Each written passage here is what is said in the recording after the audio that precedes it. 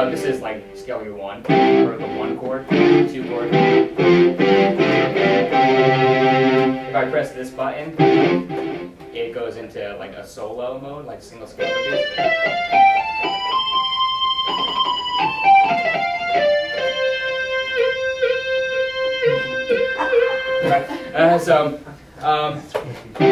So you know, this thing also, like all the other programs, can be mapped to any sort of key. So let's get it into, I don't know, do D minor again. So. A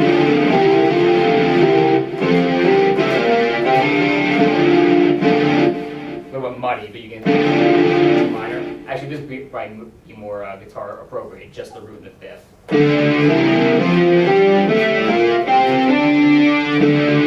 know, if we want to do harmonic minor, we can talk about that. And I'll just do single scale.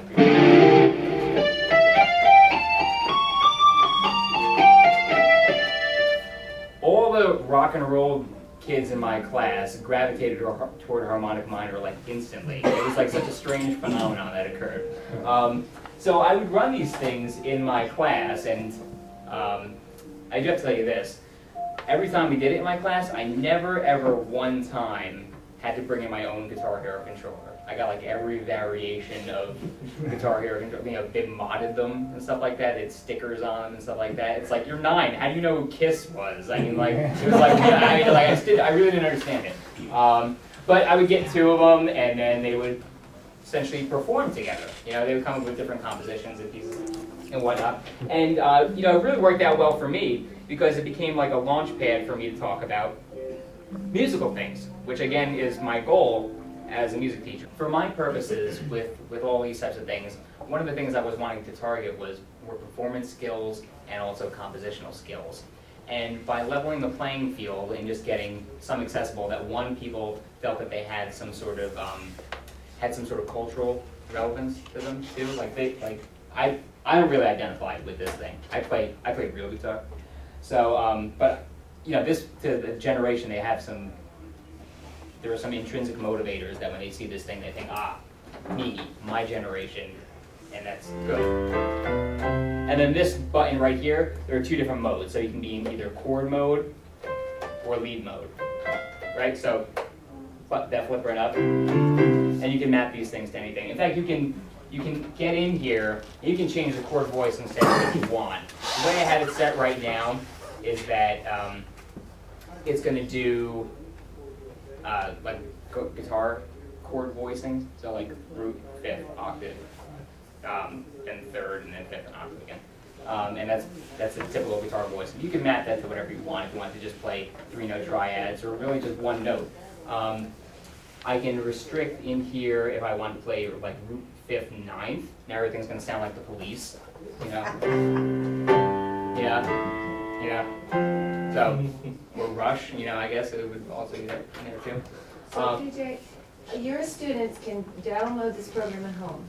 Yes. And they see what we see on the screen? Yes. So they can customize their chords if they know, or even if they don't know what they're doing. They can change the sounds, and they can plug their Guitar Hero guitar into their computer at home and do this. Yes. And by default, what I have right here are chords 1 through 8, like diatonic chord functions, and they map obviously to whatever key you're in. But if you want to get specific, you could choose from this little drop-down menu, like specific chords. Like if you wanted to make some sort of custom song that started off and your 1 chord was A minor, and then like your 2 chord was like A sharp major. I'm not sure how well you can see it on there. Probably not at all, actually. I'm standing right here. But you can map them to whatever you want. Capital letters would be major chords, lowercase would be minor chords. Remember that from Theory 2 when you're in college. So so you can do whatever. You can get Neapolitan 6s in there. If you want to talk about German 6s, map a German 6 in there. You know, be my guest. You know, yeah. Can this dovetail with a sequencing program and be a MIDI controller? Absolutely. The same way that I got MIDI out to go into GarageBand or Acid, if you want to do that too, you could do the same thing. You can it's a matter of literally clicking on the switch here and clicking from Guitar or EAMIR-o, and then you can have one for both instruments, and you could record on separate MIDI tracks or separate MIDI channels and record it that way. You can record directly into Finale if you want to do that. Actually, one thing that we did, which you might think is interesting, I'm just going to close it, was Finale users? Anyone? Sibelius users? Okay, cool. We love you all. Okay, so this is the colored note heads feature in both Finale and Sibelius had it. You probably know that. So I made like Ode to Joy notation for Guitar Hero. So this is like the red button and down, and then the red button and up, the yellow button and down. And then Guitar Hero Guitar Controller 2 plays green button and down. And then altogether it's like this, you know, this guy's set on chords, obviously, that guy's set on lead. And then they're playing Ode to Joy together. No, in that, I mean, that was like a 5-minute Finale thing. I'm a Finale user, don't hate me. But, you know, I mean, like, it doesn't take very long to do that. You know what the colored note heads thing is in Sibelius too? Yeah. If you wanted to, you understand, yeah. So you figure it out. And then what I did was, I didn't want them really glued, for my purposes, I didn't want them glued to the paper the whole time. I wanted them to kind of hear it by ear. So as time went by, I took things out, took out the flippers so they can kind of intuitively get a sense of how these things would work. You know? And you know, this is one with Ode to Joy, but you could do whatever. You could do Lady Gaga if you're interested in that. You know? I know you're all interested in that. So I mean, so you can map it to whatever. And you know, the students could do it too. It was kind of nice because then they could, you know, you were saying the opposite of them making notation based on their controller, which is awesome, which we did that too. But they could also make notation for their instrument. If you want to give them the confines of, look, you have one octave, make some sort of diatonic something in one octave, and then come up with some chords to harmonize that thing. It's like a nice accessible project. I felt it's accessible because you're giving them confines instead of saying, here are all the pitches, figure them out, you know, just make some piece that does anything. Restricting them to, here are seven different chords you can work with. The 8th one is the same as the first one, up an octave. Come up with some chord progressions that you like. Or let's take a look at some chord progressions that exist in the music you like Green Day. Let's figure out how we can play them on here. Now let's come up with the rhythm pattern. Let's play the same rhythm pattern with that too.